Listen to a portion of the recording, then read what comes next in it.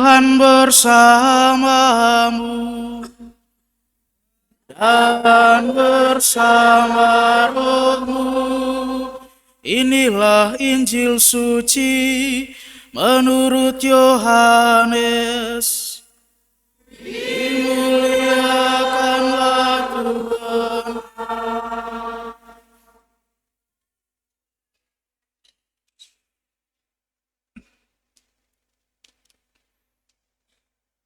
Di seberang Danau Galilea, ketika orang banyak melihat bahwa Yesus tidak ada di situ dan murid-muridnya juga tidak, mereka naik ke perahu-perahu lalu berangkat ke Kapernaum untuk mencari Yesus. Ketika orang banyak menemukan Yesus di seberang laut itu, mereka berkata kepadanya, "Rabi, kapan engkau tiba di sini?"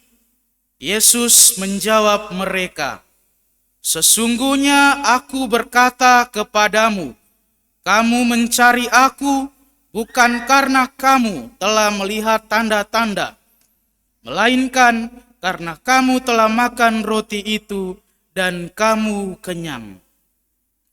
Bekerjalah bukan untuk makanan yang dapat binasa, melainkan untuk makanan yang bertahan sampai kepada hidup yang kekal, yang akan diberikan Putra Manusia kepadamu. Sebab dialah yang telah dimeteraikan Allah Bapa."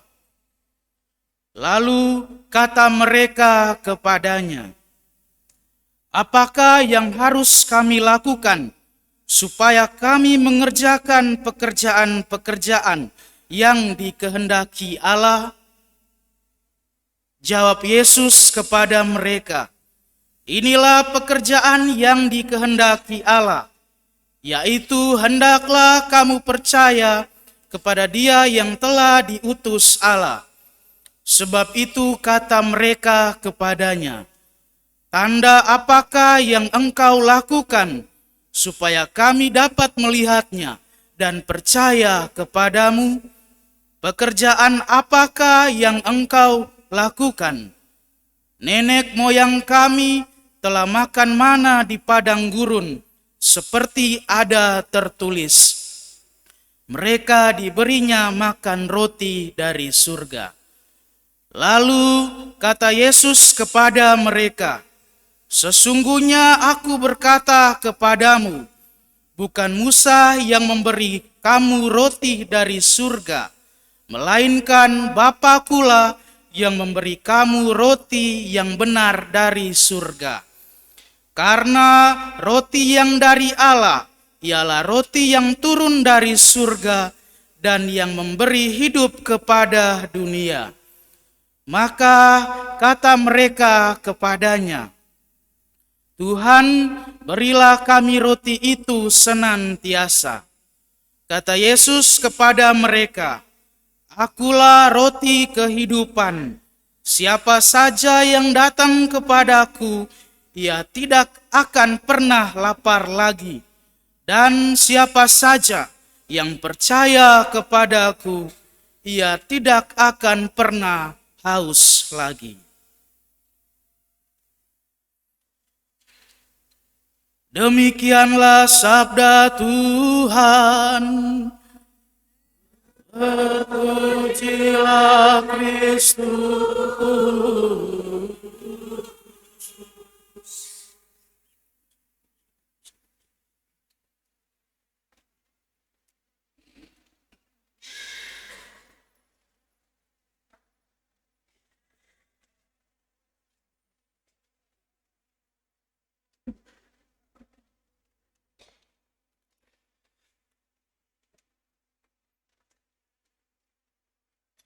Saudara-saudari umat Allah yang dikasihi Tuhan, saya pernah jadi misdinar di paroki Metro, dan saat menjadi misdinar itu saya di usia SMA. Pada waktu itu saya mencoba melihat teman-teman saya yang banyak, baik laki-laki maupun perempuan.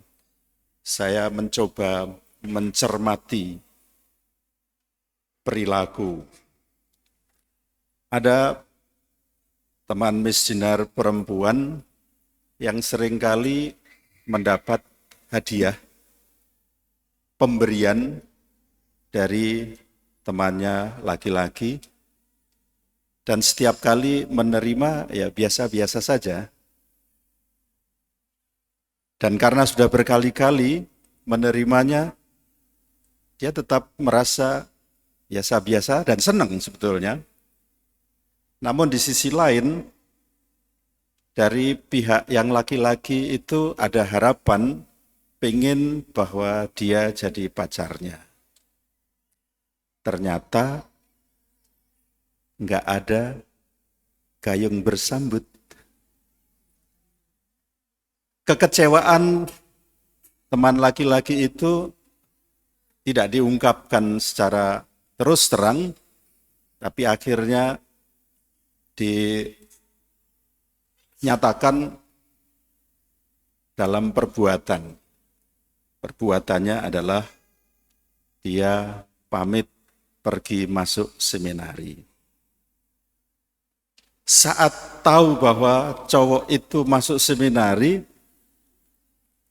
cewek itu sedih. Aduh, padahal aku sungguh mencintai dia. Setiap kali sudah menerima pemberian dari dia, sebetulnya saya punya hati padanya.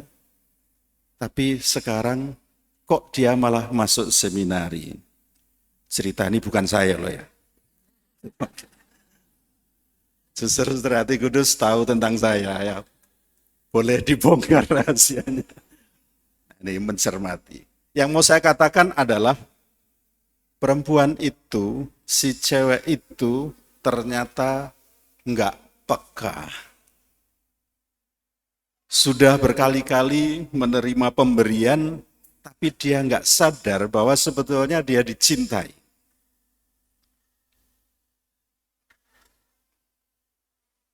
Dia sedih karena dalam hatinya sebetulnya dia sungguh-sungguh menaruh hati kepada cowok itu. Dia tidak menangkap tanda cinta dari si cowok itu, yang akibatnya lalu membuat dirinya menyesal dan kecewa. Saudara-saudara yang terkasih, ada beberapa orang memang yang tidak dapat menangkap makna terdalam dari satu tanda atau satu perbuatan luar.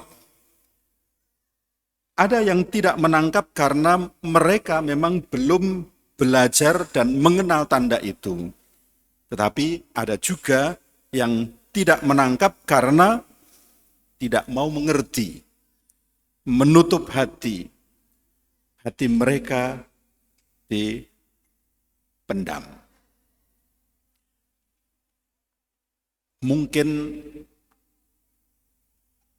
perasaan Tuhan seperti yang saya ceritakan tadi sebagai inspirasi terhadap bangsa Israel yang mengecewakan. Kan dalam kitab suci Allah disebut atau Kristus disebut mempelai laki-laki, umatnya mempelai perempuan. Nah, dalam konteks penyelamatan bangsa Israel dari perbudakan di Mesir, mereka dituntun keluar, dibebaskan dari tanah Mesir, penjajahan, tetapi mereka lalu menggerutu. Menggerutunya karena mereka kekurangan makanan sekarang. Maka mereka mengatakan, lebih enak di Mesir makanan banyak. Mengapa sekarang dituntun oleh Musa keluar dari Mesir? Memang sih dibebaskan dari penjajah, tetapi kami lapar. Karena itu Musa memohon kepada Tuhan untuk memberi makan roti. Nah, roti di padang gurun itu disebut mana. Orang sesudah makan roti itu akan mati. Karena hanya dikenyangkan perutnya. Padahal kebutuhan dasar manusia ini adalah tidak hanya secara fisik, badani, tetapi ada yang harus dipuaskan selain badani, yakni rohaninya. Karena dalam diri manusia ada dua unsur, badan dan jiwa. Kalau kita hanya menginginkan dikenyangkan perutnya, itu berarti kita hanya memberi makan fisiknya. Rohaninya tetap lapar. Karena itu, pada pewartaan ini yang agak aneh secara liturgis kalau mau tahu, mulai minggu kemarin, mestinya tahun B itu Injilnya kan Markus. Tetapi sekarang yang dibacakan adalah Injil Yohanes. Mengapa? Gereja mau mengajak kita untuk memahami betapa baiknya Tuhan terhadap kita. Tuhan itu penuh belas kasih. Dan ingat beberapa waktu yang lalu saya mengatakan identitas kita yang pertama dan utama adalah karena kita telah dikasihi oleh Tuhan. Kita itu dicintai, dikasihi. Sama seperti bangsa Israel, meskipun menggerutu, Tuhan tetap memberikan mana di padang gurun. Dan sekarang dalam Injil juga dikisahkan tentang mujizat perbanyakan roti. Untuk apa? Kemarin mengingatkan bahwa Tuhan memungkinkan kita untuk bisa bersukacita dan beriman karena Tuhan memelihara kita. Karena itu tadi pernyataan dalam Injil kan, kalau kamu merasa lapar, haus, datang kepada Tuhan. Lalu sesudah Anda menerima roti dari Tuhan, yang adalah roti kehidupan, percayalah. Hanya dua hal itu yang diminta agar kita memperoleh kehidupan abadi. Saudara-saudara yang terkasih, pada minggu ini juga Injil Yohanes dibacakan. Injil berbicara tentang mujizat perbanyakan roti juga. Hari ini Yesus berkata, "Aku berkata kepadamu sesungguhnya, kamu mencari aku, bukan karena kamu telah melihat tanda-tanda, melainkan karena kamu telah makan roti itu dan kamu kenyang. Bekerjalah bukan untuk makanan yang dapat binasa, melainkan untuk makanan yang bertahan sampai pada hidup yang kekal, yang akan diberikan anak manusia kepadamu." Suatu peringatan agar kita tidak seperti cewek tadi yang saya ceritakan bahwa dia tidak menangkap tanda-tanda.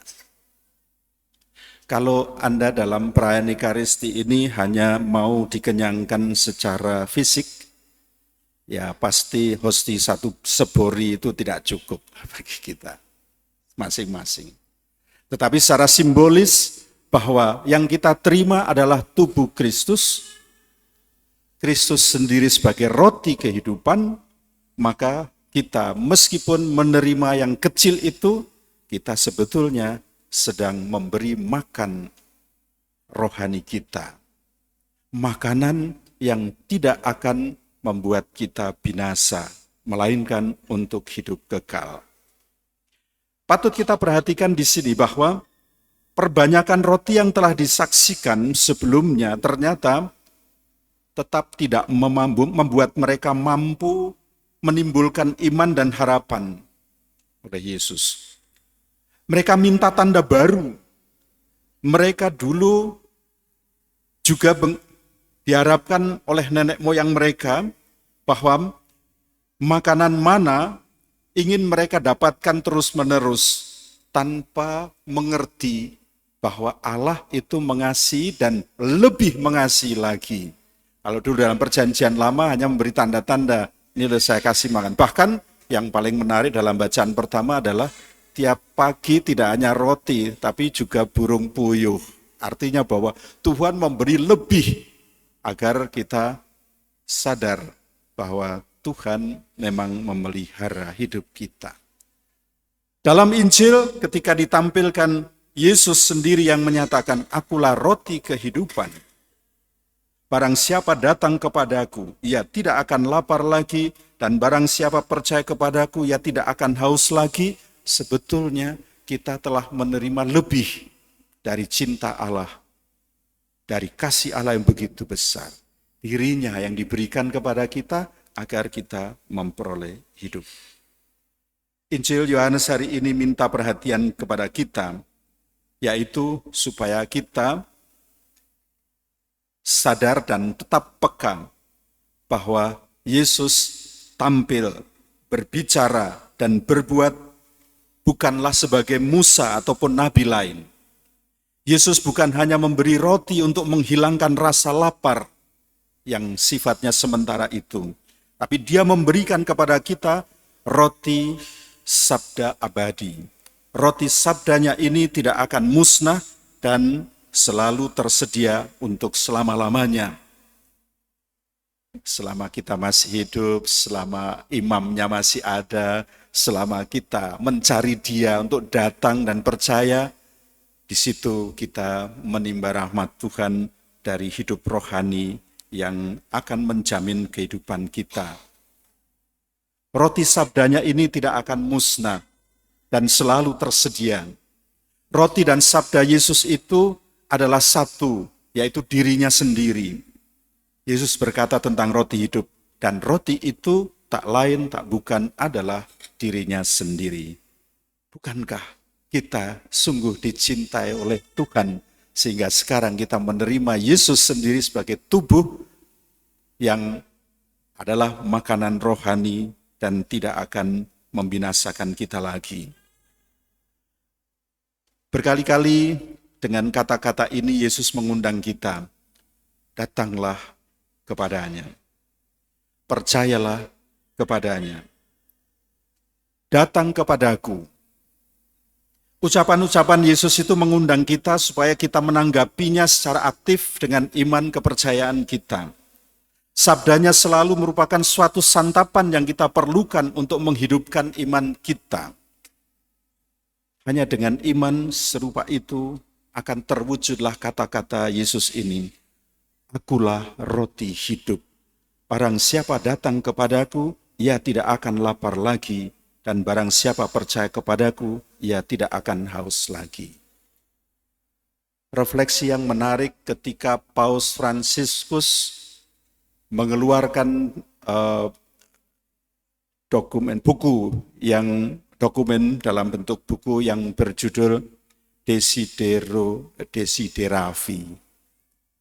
untuk mengatakan kepada kita bahwa dalam perayaan Ekaristi ini bukan karena jadwal misa, tetapi Tuhan rindu untuk mengadakan perjamuan, makan bersama dengan Anda semua.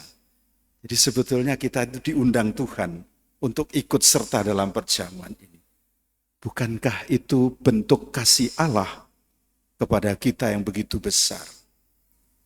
Desideravi. Aku rindu makan perjamuan bersama dengan engkau. Maka ketika kita menyadari bahwa perayaan Ekaristi adalah pemberian tubuhnya sendiri agar kita hidup untuk selama-lamanya, kita syukuri atas rahmat Tuhan yang kita peroleh setiap kali kita merayakan misa ini. Maka kita harus berusaha agar kepekaan kita, kemampuan kita untuk percaya akan hal-hal yang tak tampak, yang telah terus-menerus diberikan Tuhan kepada kita, jangan sampai hilang, jangan sampai kita abaikan. Oke, bahwa kita di dunia ini membutuhkan makanan jasmani, membutuhkan upaya-upaya kerja keras untuk hidup. Tapi jangan lupa bahwa secara rohani juga kita membutuhkan kerja keras untuk memperoleh kehidupan kekal itu. Karenanya Santo Paulus dalam bacaan kedua mengatakan, hendaknya kamu menjadi makhluk baru dalam Kristus, supaya kita tetap menyadari betapa baiknya Tuhan yang menghidupiku tiap-tiap hari, tiap-tiap kali, tanpa kita minta pun Tuhan memberi. Apa pesan Injil yang pantas kita renungkan pada minggu ke-18 ini? Kita diajak bertanya kepada diri kita masing-masing, apakah sebenarnya makna hidup keagamaanku sebagai umat Kristiani? Jangan-jangan seperti bangsa Israel yang terus menggerutu walaupun mengikuti Musa. Bisa jadi kita memilih jalan kita sendiri, padahal Tuhan telah memilih secara khusus.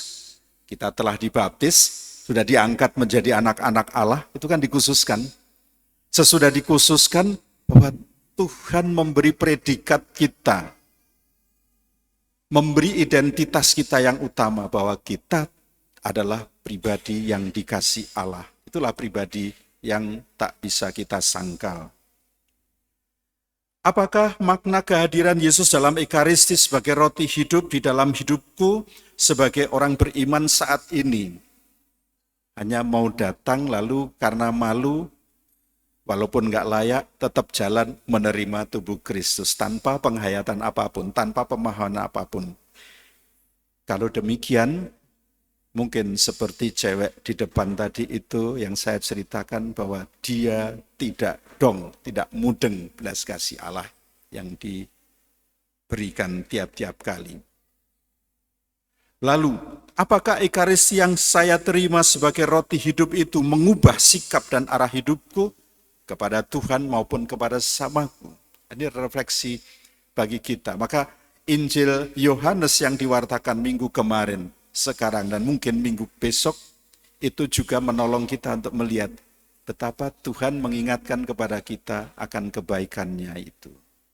Karena itu saudara-saudara yang terkasih, mari kita menjadi pribadi manusia baru dalam Kristus yang terus-menerus memaknai atau mencermati belas kasih Tuhan itu kepada kita.